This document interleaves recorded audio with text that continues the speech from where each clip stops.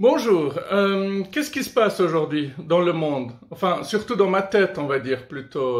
Boulangerie, pâtisserie, il tire la prise. Ouais, c'est toujours important d'avoir des détails dans une information. Si tu lis juste il tire la prise, tu te dis que voilà, il y avait quelqu'un qui était sous respirateur artificiel et puis que c'est foutu, quoi. C'est la fin du parcours. Mais si c'est juste une histoire de mettre la clé sous la porte, c'est triste, mais c'est moins dramatique quand même. Nous fêtons nos 25 ans. Ouais, nous, ça fait longtemps qu'on n'a plus 25 ans.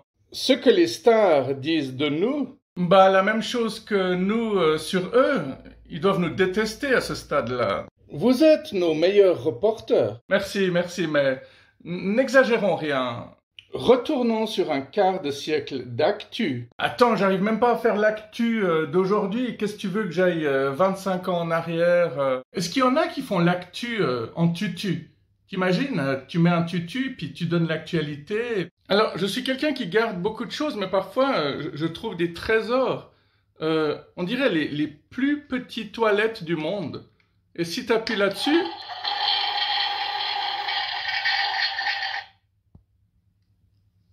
Qu'est-ce que ça fout dans mes affaires, ça?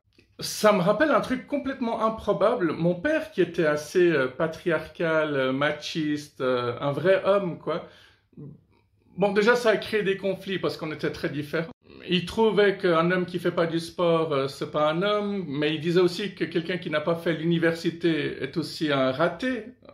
Il m'avait sorti des phrases vraiment horribles, hein. Il m'avait dit « Je veux pas que tu fasses de musique parce que la musique c'est pour ceux qui ont un don et je pense pas que tu en aies un. » Un jour, je lui avais dit que j'étais à bout et que j'étais prêt à me suicider, puis il avait dit que c'était la meilleure idée que j'avais eue de ma vie.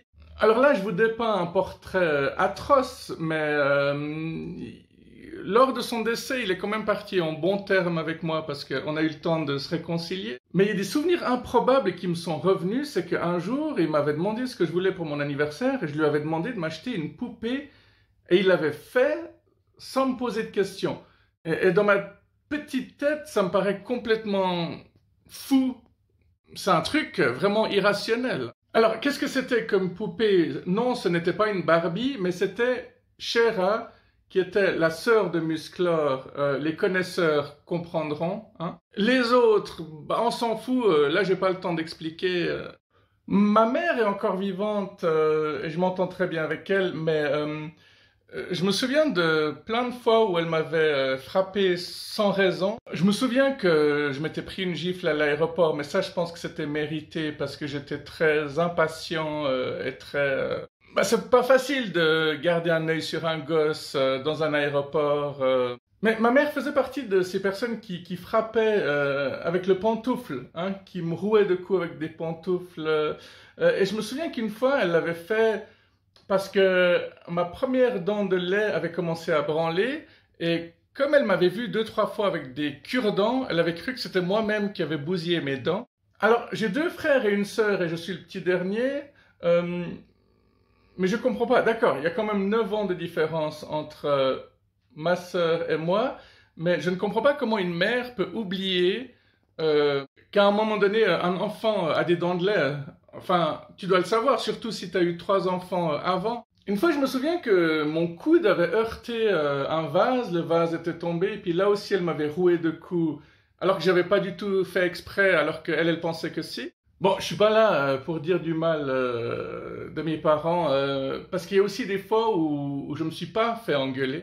Il y a aussi un truc complètement débile que je faisais quand j'étais gosse, c'est que je collais les brosses à dents les uns contre les autres. Ouais, je vais essayer de vous montrer. En fait, voilà. Après m'être brossé les dents, souvent mes frères et sœurs et parents retrouvaient leurs brosses à dents comme ça, les unes collées aux autres.